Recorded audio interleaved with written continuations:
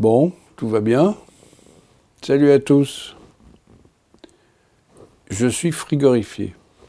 15 degrés 5 dans mon atelier. J'ai mis le chauffage électrique, mais le temps que ça chauffe, je vais me cailler les machines. Mais ça vaut le coup. J'ai redémarré l'Arlésienne. J'appelle ça l'Arlésienne parce que c'est un projet que j'ai commencé il y a 1 an. J'ai laissé tomber pour diverses raisons. Je vais vous expliquer après. Et là, je redémarre parce qu'il faut absolument que je finisse ça. Voilà, la raison que c'est très simple, c'est que c'est un Filmosound. Vous ne le voyez pas, je vais vous le montrer. Voilà, un petit Filmosound, c'est tout petit, hein, vous avez vu ma main. Voilà, ça fait 2 mains. Ça rentre dans une toute petite boîte de munitions américaines.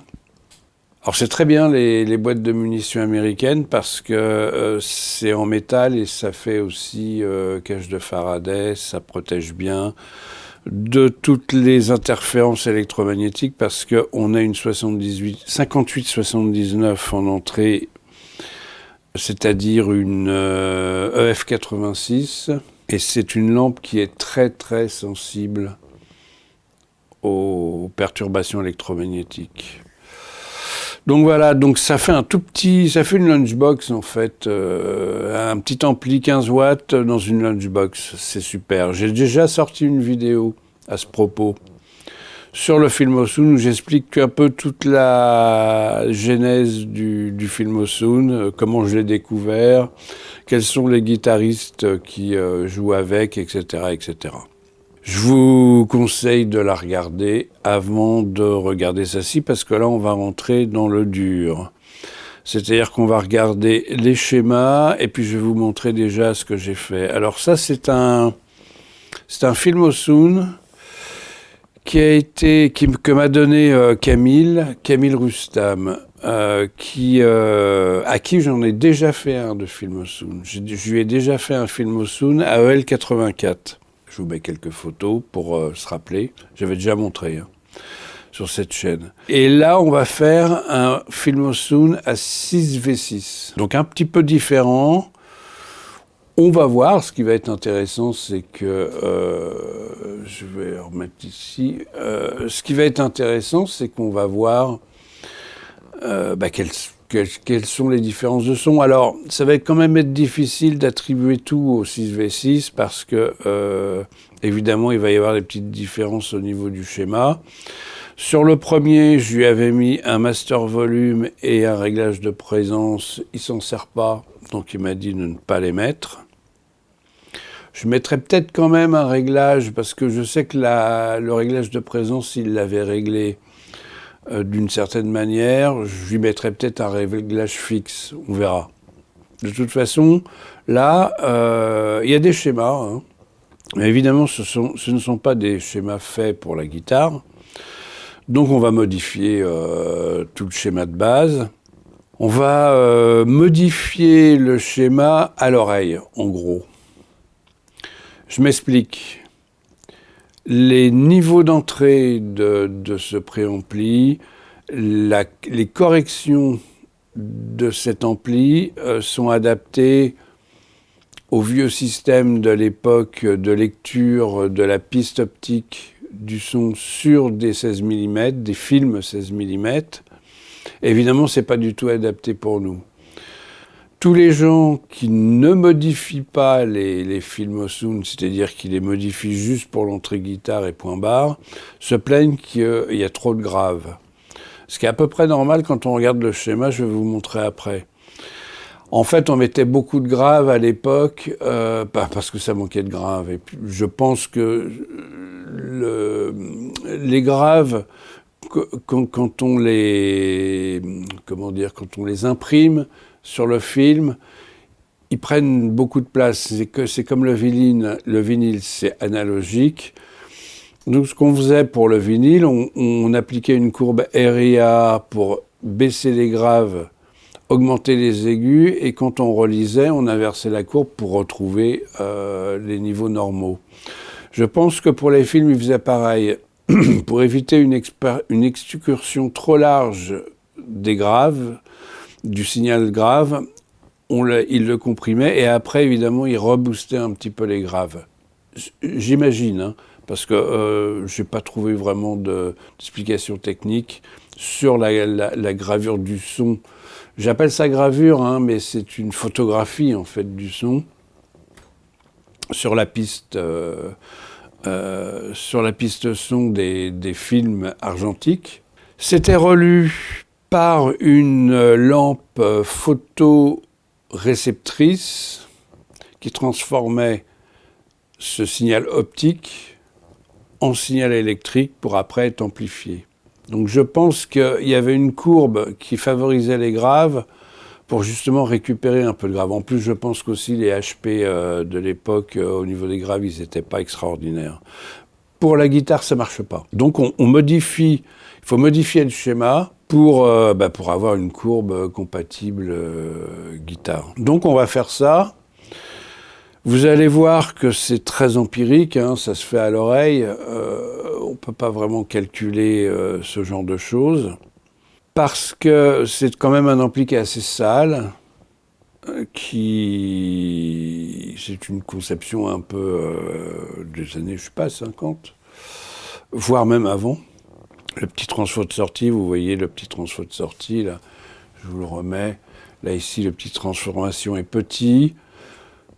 Pour 15 watts, il est limite, et c'est ça qui est génial, c'est qu'il amène beaucoup de choses. C'est pour ça que si jamais vous décidez de faire un film au sound et que vous en achetez un d'occasion quelque part, il y a deux choses importantes. Il y a le transfo, bien qu'on puisse trouver des transfos.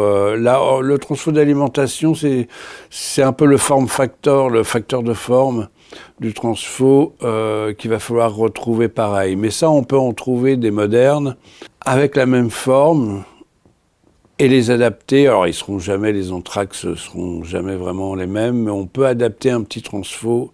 Par contre, le transfo de sortie, lui, il le faut vraiment parce que,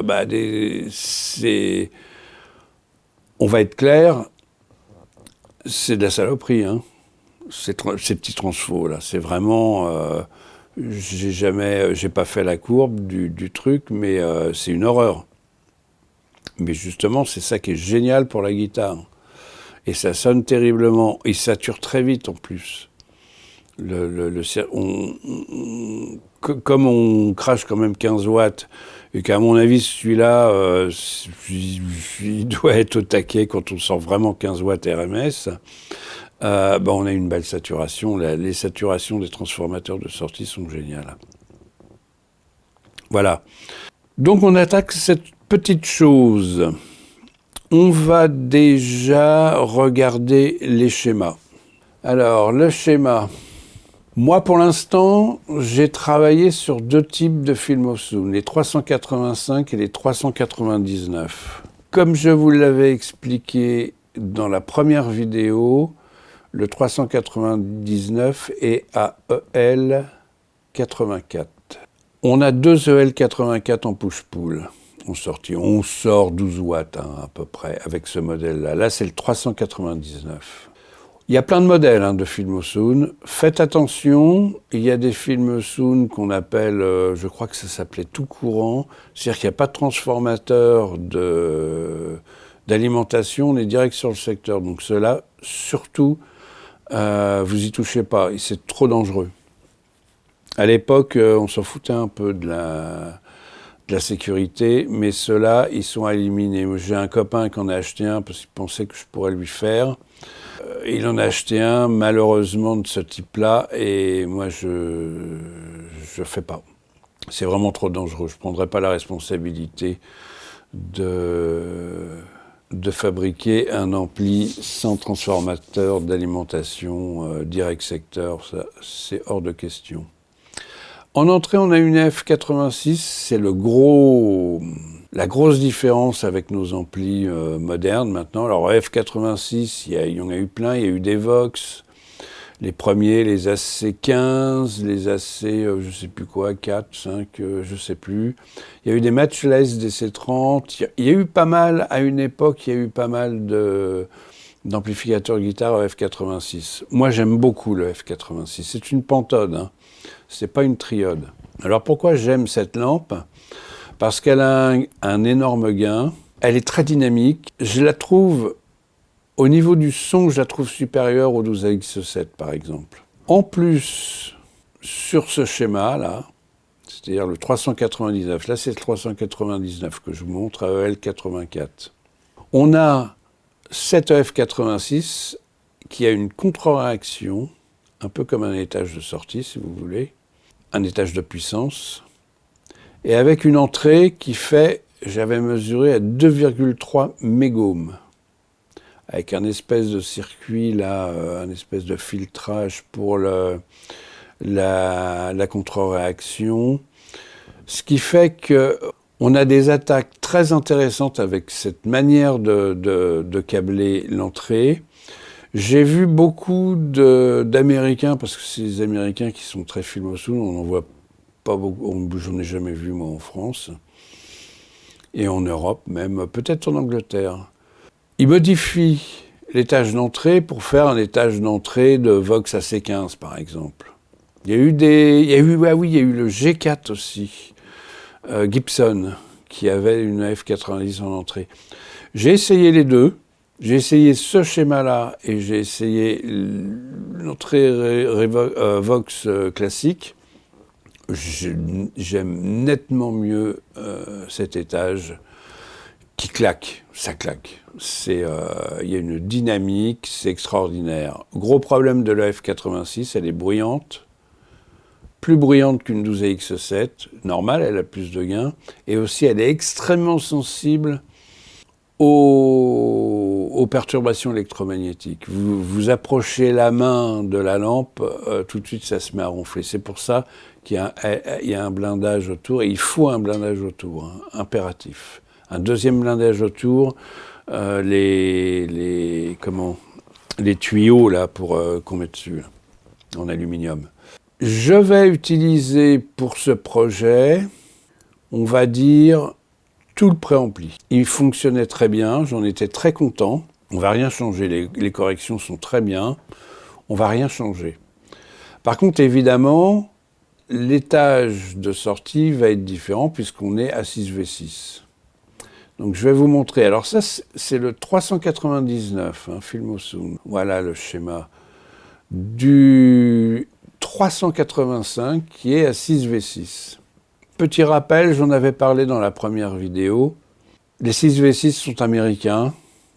Les EL84 sont plutôt canadiens et japonais. Il y en a eu très peu de fabriqués en EL84. C'est la raison pour laquelle ils sont très demandés et très appréciés.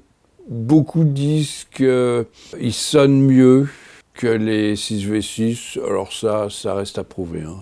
Moi, personnellement, j'y crois pas trop. Ici, on a un schéma. Alors, j'ai passé au Tipex tout ce qui ne nous intéressait pas. Dans l'autre schéma, d'ailleurs, aussi, dans le schéma du 399, j'ai passé au Tipex sur ce plan l'oscillateur et la lampe optoélectrique. Alors, je ne me rappelle plus, il y a quelqu'un qui a fait une contribution sur la première vidéo qui expliquait pourquoi il fallait un oscillateur et une lampe comme ça. Il faut que je relise son explication parce que c'était très intéressant, je ne me rappelle plus. Pourquoi il fallait un oscillateur avec cette lampe-là. Bref, donc j'ai passé au Tipex un peu tout ce qui ne nous intéressait pas. Sur le 385, il y a un M1 et un M2, il y a quelques petites différences. J'ai aussi passé au Tipex tout ce qui ne nous intéressait pas. J'ai simplement oublié d'enlever l'oscillateur ici qui ne sert strictement à rien. Donc lui, il dégage. On a en alimentation en 6V6 une 5Y3 GT. Alors il faut que je vous explique. Le transformateur que j'ai pour ce Filmosound est un transformateur 220. J'ai fait un échange avec un Américain, puisque lui était intéressé par un Transfo 110, Et moi, je voulais un 220. Donc, on s'est fait un échange. Le problème, pour les 5Y3, il faut un enroulement filament de 5 volts. Sur le Transfo 220 qu'il m'a envoyé, il y a 2 enroulements 6,3 volts. C'est-à-dire que ce Transfo n'est pas fait pour les 5Y3. J'ai modifié le support de lampe. Je vous montre ça ici. J'ai modifié le support de lampe. Là, vous le voyez mal. Je vous retourne ça. J'ai fait une petite plaque en laiton pour mettre une embase Noval pour une EZ80. Parce que vous voyez, les EZ81, ça n'a rien à voir avec les grosses 5Y3. Hein. Les Y3 sont très grosses. J'ai regardé qu'est-ce qu'elle est capable de délivrer en courant, si elle était capable de driver les deux, de supporter la consommation des deux 6V6. Ça va le faire. Ça va le faire. Donc déjà, c'est la première modif, c'est qu'on va être à EZ81 ici. Alors, j'ai commencé à travailler sur celui-là. Donc, j'ai modifié, j'ai changé tous les supports de lampe. Alors, je vous montre dans quel état c'était l'intérieur. Voilà, ça, c'est le potentiomètre de volume. Je ne sais pas si vous voyez l'état de la chose. Ça, c'était les supports de lampe dans le même état, tout complètement oxydé. Inutilisable. Là, ici, par exemple, hein, vous voyez, il y avait quasiment pas de composants dedans, il y avait juste les supports qui étaient complètement inutilisables. Vous voyez, c'est rouillé, c'est une horreur. Donc, j'ai mis que des supports neufs, y compris pour Alors, le F86, c'est une 58-79 quand on parle l'américain. J'ai mis des supports plaqués or pour avoir de bons contacts, de bonne qualité. Évidemment, lui, il reste. J'ai mis l'incontournable optique qui va servir de voyant on-off. Ça fait partie de on va dire, de la tradition des Filmosoon. Il y aura un marche-arrêt, un volume, une tonalité, l'entrée guitare. À l'arrière, il y aura les deux sorties 8-16 ohms. Là, vous voyez mal. À l'arrière, il y aura les deux sorties 8-16 ohms. J'ai mis une prise IEC, évidemment, européenne. J'ai changé le porte-fusible parce qu'il n'était pas en grande forme. Alors, à l'intérieur, j'avais mis tous les condensateurs de filtrage ici. Ça m'avait posé un gros problème après pour mettre la LED pour éclairer le voyant, de marche. J'avais pas de recul, donc il y avait trop de monde ici, j'avais été obligé de faire un support spécial. Là, j'ai fait différemment. J'ai mis un condensateur de filtrage ici double. Je ne sais pas si vous voyez là, voilà, ici. J'ai mis les résistances ici. Et j'ai décidé de déporter de ce côté-là 2 autres condensateurs de filtrage. Normalement, ça ne se fait pas. On met tous les condensateurs de filtrage ensemble. Mais là, c'est tout petit. Je ne pense pas que je vais avoir un problème de ronfle. On n'aura pas de... Je prends le risque de les déporter un peu, de toute façon, à mon avis. Parce qu'en fait, le problème, c'est pour éviter qu'il y ait des rayonnements. Mais j'y crois pas. J'ai aussi mis un équilibrage des filaments avec 200 ohms qui vont aller là. Et je vais me repiquer aussi ici. Ça, c'est le 6,3 volts. Hein. Je vais me repiquer aussi ici pour alimenter la LED qui va aller là. Choix des points de masse, très important. Alors ça, c'est complètement empirique. Je refais comme j'avais fait sur le premier parce que j'avais eu du mal à trouver des points de masse qui ne ronflaient pas. Un point de masse ici pour les filaments, un point de masse ici pour les lampes de puissance, un point de masse ici pour le transfo de sortie, et quand je vous ai dit lampe de puissance, ce sera aussi un point de masse pour les deux ZX7. Ici, le F86 aura un point de masse directement ici. Et si j'ai de la chance, j'aurai pas de ronfle. Alors moi, une chose qui m'étonne, je vous mets une photo de l'intérieur du premier que j'ai fait, c'est du câblage en l'air. Et je vous avouerai franchement que j'étais pas chaud pour le faire. Câblage en l'air comme ça, moi, c'est pas ma génération. Hein. Ça me foutrait la trouille. Je me suis dit, je vais avoir des tas de ronds, je vais avoir des accrochages, je vais avoir... Et puis finalement, non. J'étais le premier étonné. Rien. Pas de bruit. Alors, le F86, quand j'ai fait les tests, comme elle était à l'air libre, elle n'était pas blindée, il n'y avait pas comment ? Il n'y avait pas d'entourage, enfin de boîtier en métal qui fait cage de Faraday. J'avais une ronfle au niveau de le F86. Mais sinon, une fois l'ampli dans la boîte de munitions américaine, là en métal, tout bien à la masse, rien. Pas un accrochage, pas de bruit de fond, pas de pas de... rien du tout. Je me suis quand même un peu bagarré avec les points de masse. J'espère que je n'aurai pas comme je modifie un peu l'architecture des condensateurs d'alimentation, j'espère que j'aurai pas de problème. Donc, cette manière de câbler, là, en l'air, c'est une prise de tête. Hein. Vive le point à point ou vive le circuit imprimé. Mais, parce que là, il faut aller souder, tout peut se toucher, c'est une horreur. Une horreur. Mais bon, c'est fait comme ça, et puis de toute façon, là, je vois pas comment je pourrais faire du point à point. Hein. C'est impossible, vous avez vu la taille. Donc, pour quelque chose de réduit comme ça, le câblage en l'air, c'est idéal.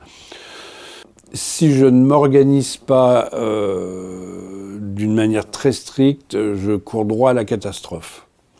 Donc, la première chose à faire, c'est de câbler toutes les alimentations. Tout. Filtrage, etc., le continu, les filaments. J'ai acheté du fil tissu pour faire d'époque. Je vous montre ça. J'ai acheté du fil tissu. C'est très chiant à câbler, c'est très chiant à dénuder plutôt. Mais bon. J'ai câblé tous les filaments, le 6,3 volts en bleu. J'ai mis toute la haute tension en rouge. La modulation, je vais peut-être le faire d'une autre couleur. De toute façon, la modulation, je la fais en fil blindé. Hein. Quand il y a les connexions, par exemple, entre l'entrée et le F86, ça va être un petit fil blindé. Je vais blinder au maximum. Hein. L'ennemi, quand même, c'est la ronfle. Hein. On est vraiment très ramassé. On est dans un tout petit espace. Tout est compact. Donc tout peut dégueuler l'un sur l'autre. Hein. Les couplages électromagnétiques, là, on est pile poil dedans. Donc il faut faire très attention au câblage. Donc première étape, câbler toutes les alimentations, les vérifier. Et une fois que j'aurai vérifié, là je suis en train de terminer, hein. Je termine, j'ai encore les...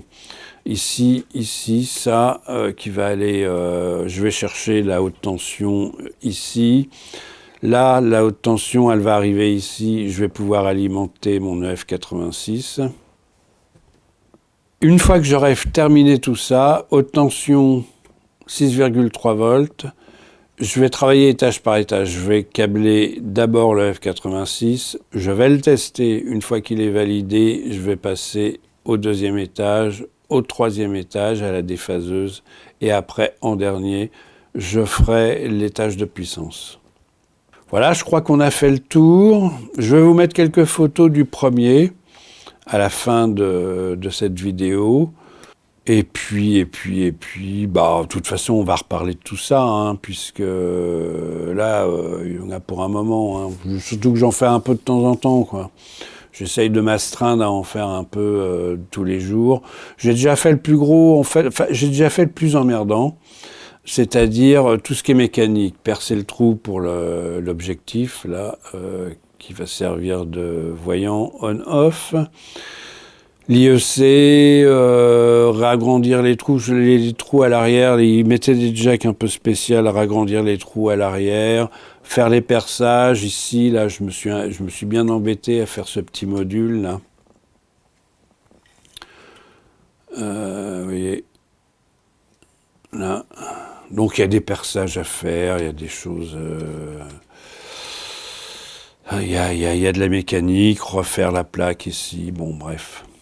Alors, une petite chose aussi, le F86 a une tendance à être microphonique. C'est pour ça qu'elle est en fait assez peu utilisée, parce que c'est une lampe assez délicate. Et je ne sais pas si vous allez voir, vous ne le verrez pas, mais il y a un double support pour la lampe. Ça se voit peut-être de l'autre côté. Non, ça ne se voit pas. Il y a un double support pour la lampe, pour cette lampe-là, pour le F86. Il y a une contreplaque ici, sur caoutchouc, pour qu'elle soit suspendue et qu'elle soit moins perturbée par des vibrations. C'est une lampe délicate à utiliser, clairement. Donc ça, c'est aussi une précaution à avoir. Et j'ai utilisé les caoutchoucs d'origine qui étaient encore quasiment comme neufs. Comme quoi, quand on veut faire...